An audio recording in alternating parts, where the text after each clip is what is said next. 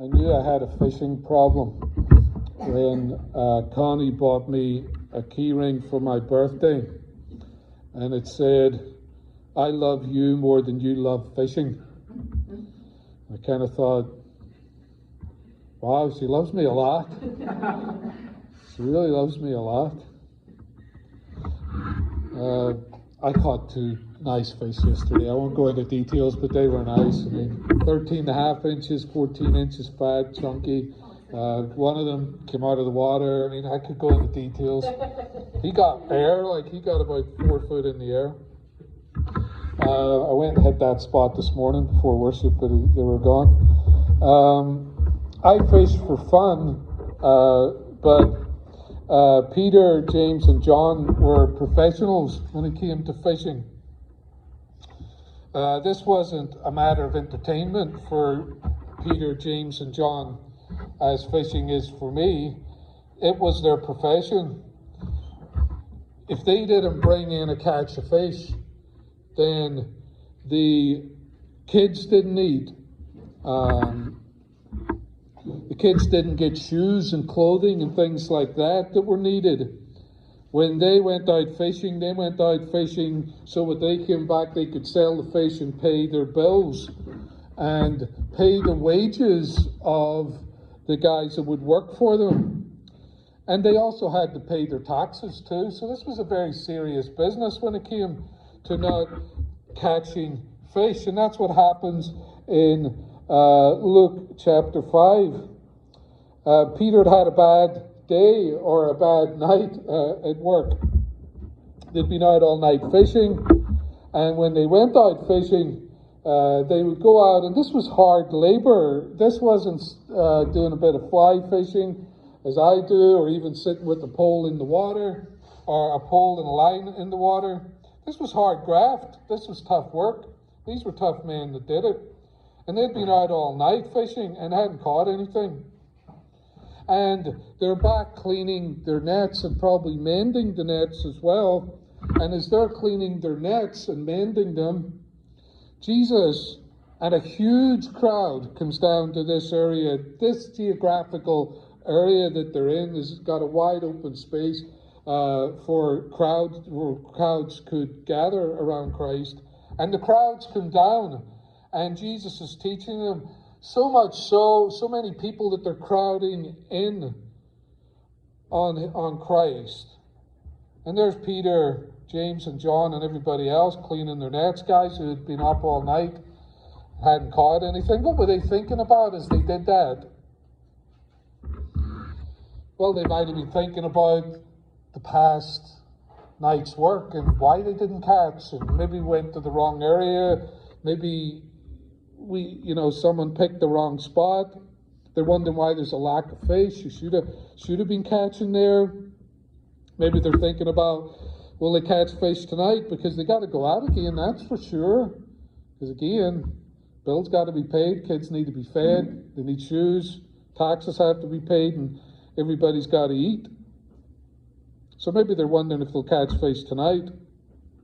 But we do know as well, though, at least Peter, I'm sure James and John were as well, they were listening to Jesus.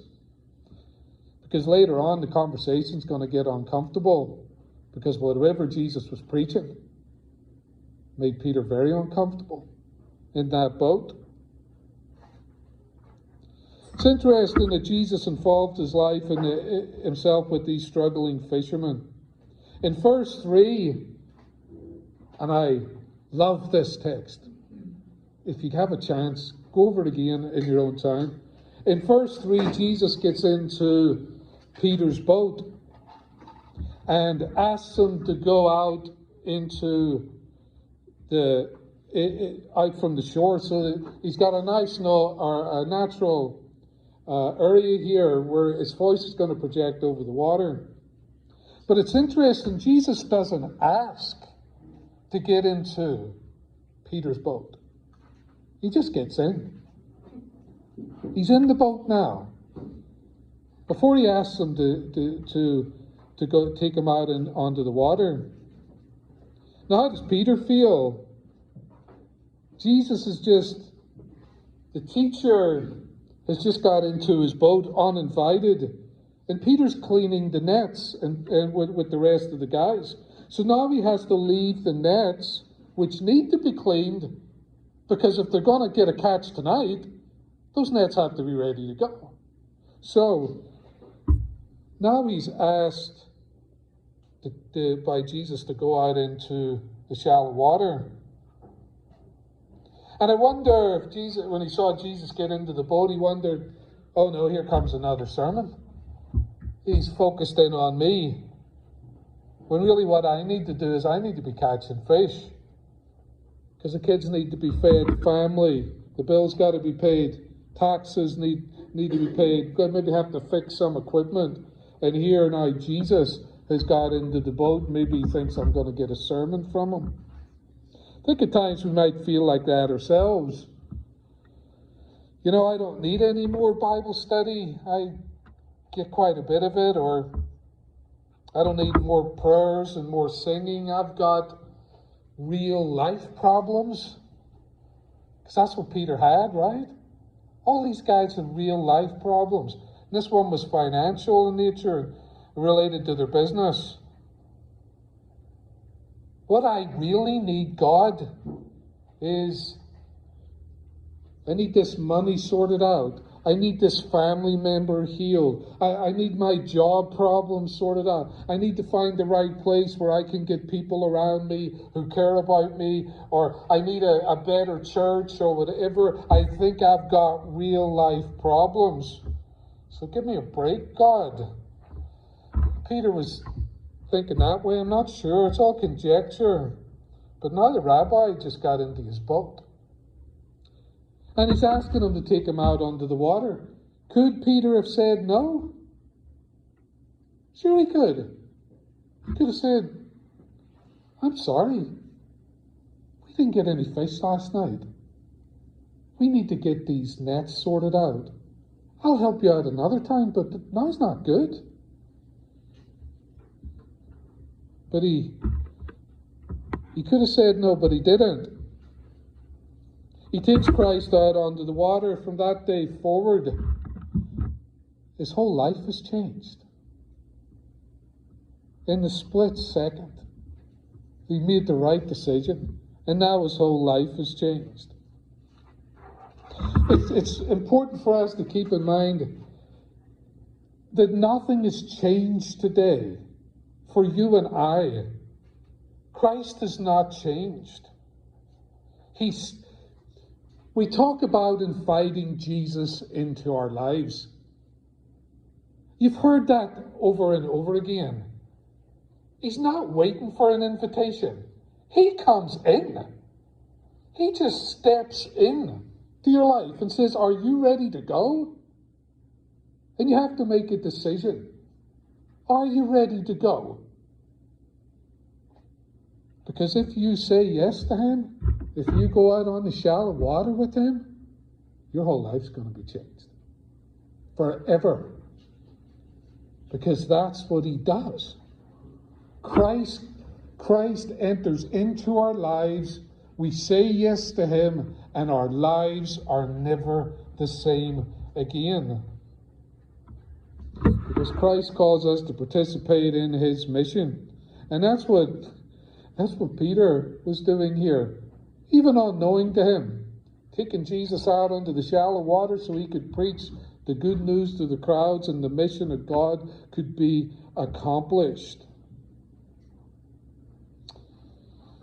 And we need to consider this call that Christ has for us.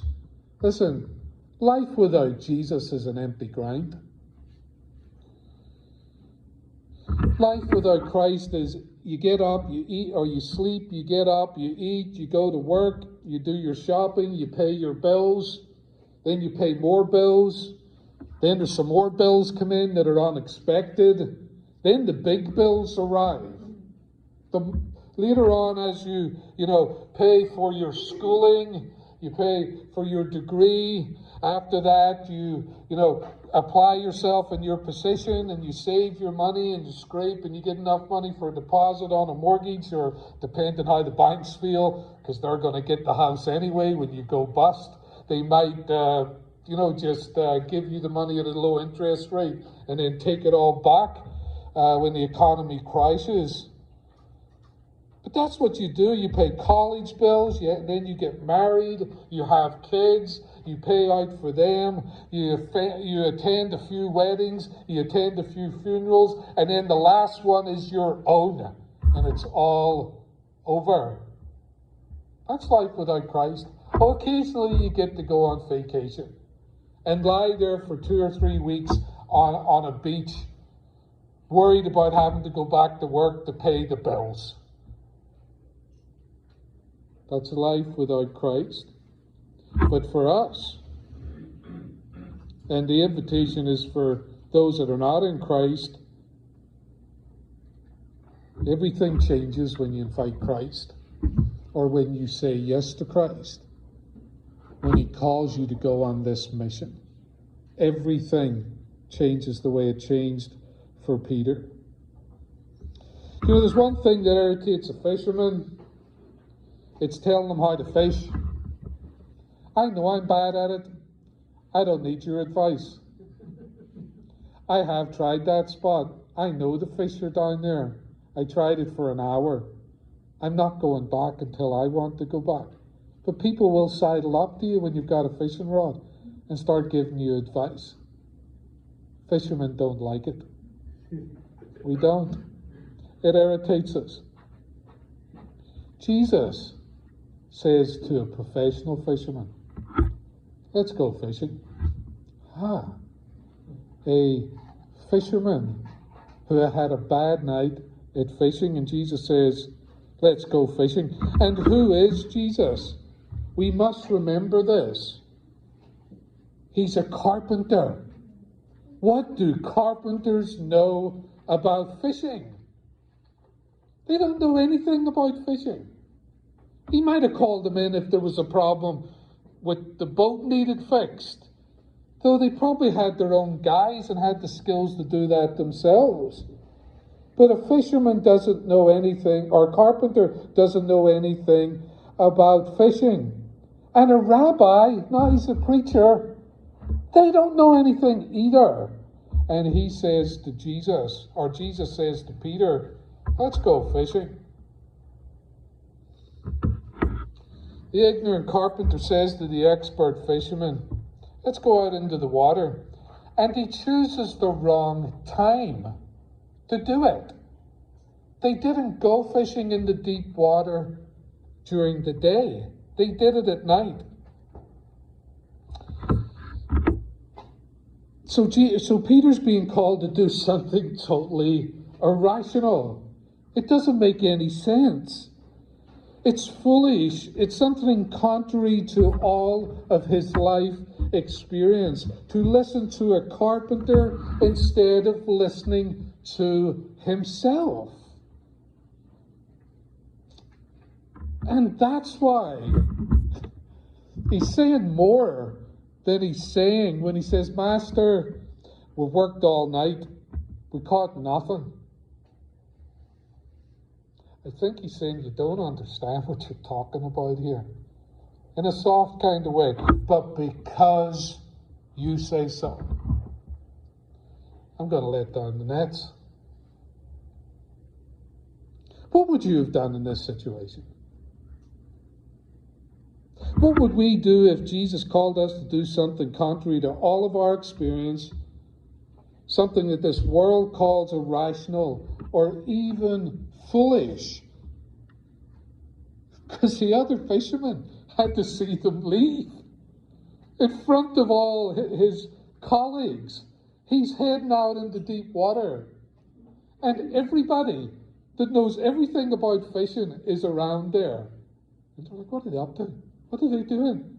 He's taking them for a cruise? And then they see them getting the nets together. Had to do it in front of his friends. What would we have done in that situation? Well, if Jesus said to do it, I'd do it. Listen, that's easy to say. That is easy to say. Anyone can say that. But what would you have done? What would I have done? I'll tell you what, we know the answer to that question. exactly what you would have done that day. Because whatever you're doing with Jesus Christ now is what you would have done on that boat. When he says to us, trust me, put down those nets, lay them down, I'm going to take care of this. Do we listen? Are we letting down the nets when it comes to your housing? When it comes to our employment? When it comes to our health? He says, entrust me with your home and your family. That's what I'm calling you to do. Are we doing it? Am I doing that? When it comes to the food on the table, when it comes to our security, when it comes to this nation, when he says, I've got it, listen to me, are we saying, yes, boss, we're listening to you. We're going to let down the nets on all of that because we trust in you. Am I believing the ignorant carpenter when it comes to all these things? Or am I siding with the expert? And do you know who the expert was on that boat? Peter.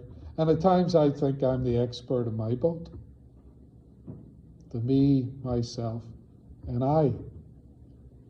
Am I trusting in me or am I trusting in the carpenter? Well, the result of believing in Jesus, Peter heads out in the water in front of all of his peers, and all of the guys know, can't be out fishing now.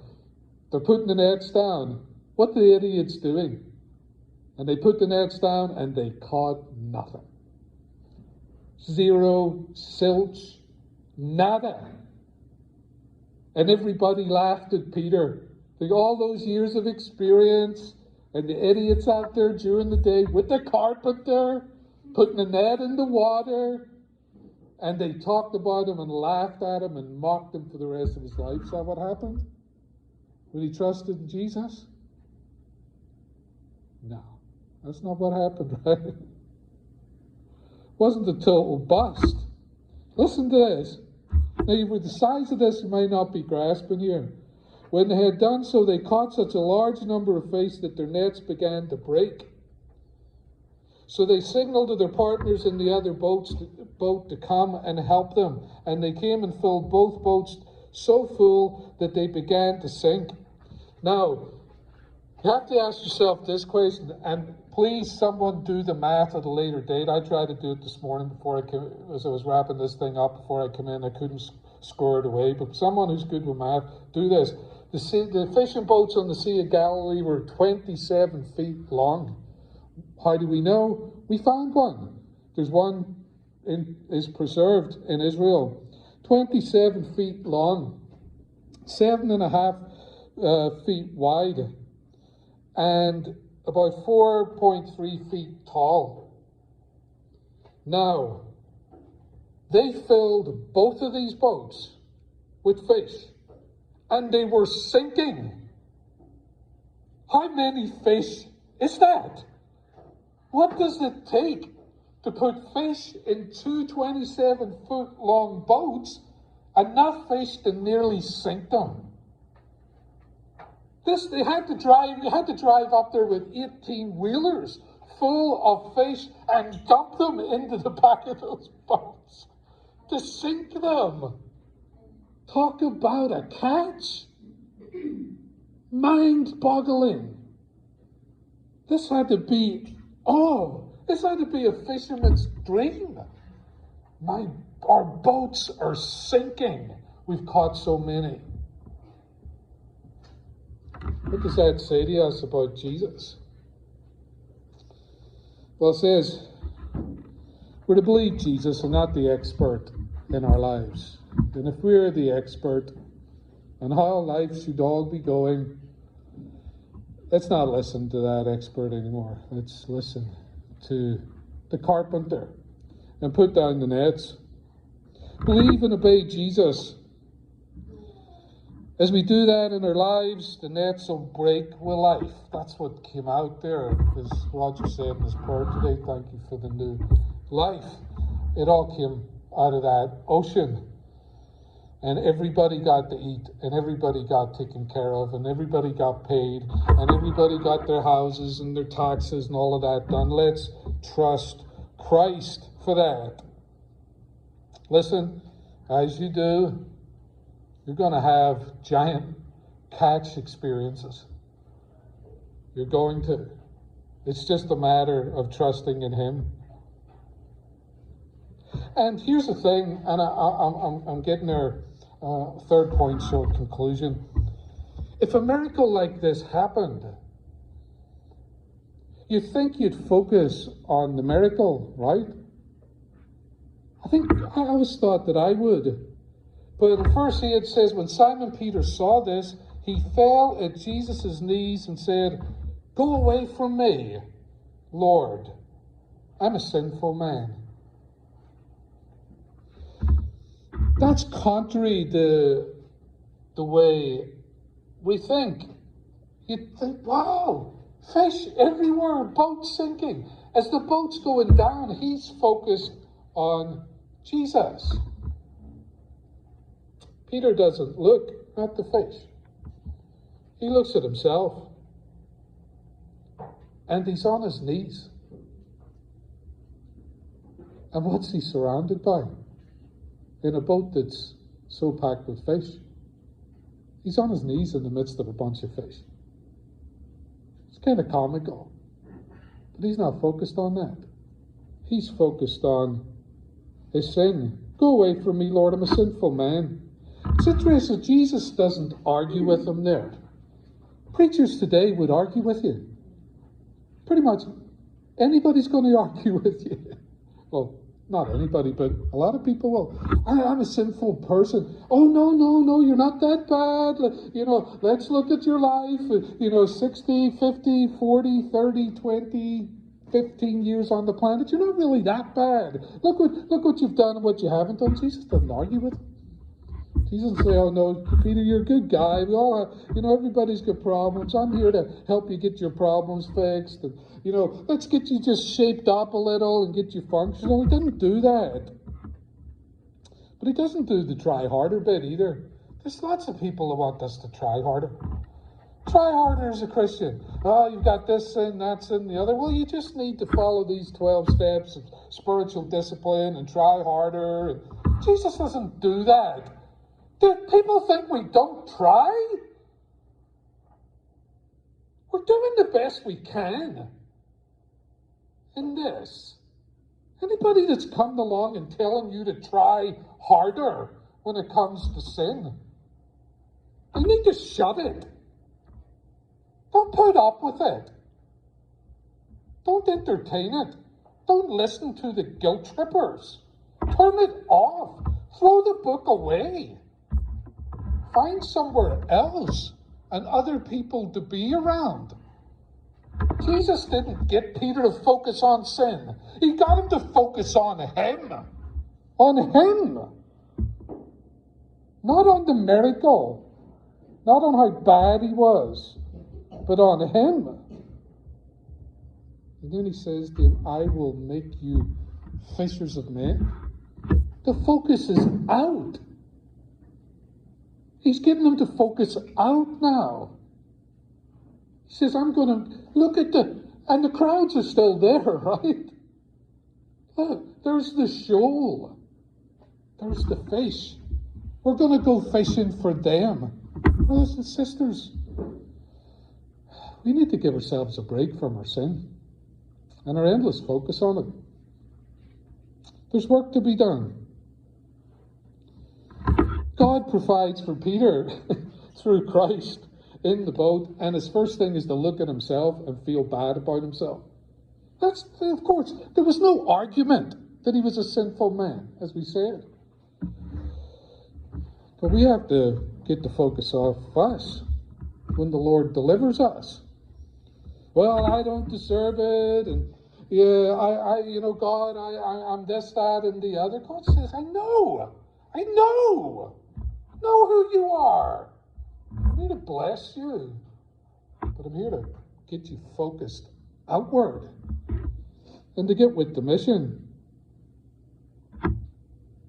I'm to forget me. Peter was to forget him. We're to forget we and us and their sin and get on with the work that Christ has called us to. Christ is bigger than our sin. He's bigger than us, and he's bigger than our wee lives. He's bigger. And it's time to grasp and grapple with him being bigger and who we're involved with. See, we said, when Christ walked into our lives and said, are you part of this? Are you going to get involved with the mission? We said yes. We said absolutely yes. We went into the waters of baptism and said, we're giving it all up for you. That's what the apostles did here. We got to remember who's in the boat with us. But it's interesting they gave everything up. So they pulled their boats up on shore and left everything and followed him. What about the catch? The miraculous catch. You'd think you'd hang around just to crunch the numbers, see how much came in. No, they got up and they went. They left everything and followed him. Not just some things. Not most things. Not many things. They give it all up. Not the large percentage of things. They left everything. And they joined the right church, right? Is that what it says? No. Didn't join the right church. They became very nice people and got another group of nice people around them, and they were very good at being nice to each other. No. That's not what they did. They started doing good things and making the world a better place and, just embracing and loving on everyone. I hate that term. Just, accepting everyone the way they came. No, didn't do that. Oh, they loved everyone. But they got involved in Christ's mission, and they went and became fishers of men, leaving it all behind. We live in a world that chases after food, clothing, health, and homes and careers and happiness. My cousin's son made a great point. Nobody's happy just being happy. And it's true. Look at them all. Look at them all just trying to be happy, and they're miserable. Brothers and sisters, we left that behind. That's all there's left in that world there. Bills, taxes, houses, and then death. We left it behind. We followed Jesus on the greatest adventure that anyone has ever gone on. And if you're not a Christian, you have the opportunity to say yes to him too. But you have to say yes, because he's left a decision. And what you do with him, up to you. The supper says, Christ, who called these disciples, Peter, James, and John, to give up everything, gave up everything for them when he went to the cross. See, they left that great catch. They left that small business. They left their reputations and all those things behind. But Jesus gave it all up for them on the cross. And we said yes to Christ in baptism. And when we said that, we said to him, we're giving up everything. Absolutely everything for him. When we said yes to Christ, he came into our lives, gave us the gift of the Holy Spirit. And now he says to us, see everything else that's coming your way? You've got to drop the nets down on it. Doesn't matter what it is in life. You can't worry your way out of it. You can't control these things yourself. We've got to continue to put our trust in Christ and lower the nets. When he calls us, We're to drop down the nets and all the stuff, all the needs, all the problems, all the struggles. And He's going to take care of it. And we're to forget. We're to forget our sinful selves. We don't have time for it anymore. Because there's the work of saving this world that needs to be done. In the supper, Christ is saying to us as His disciples to give up everything, including ourselves, because He gave everything up for us on the cross.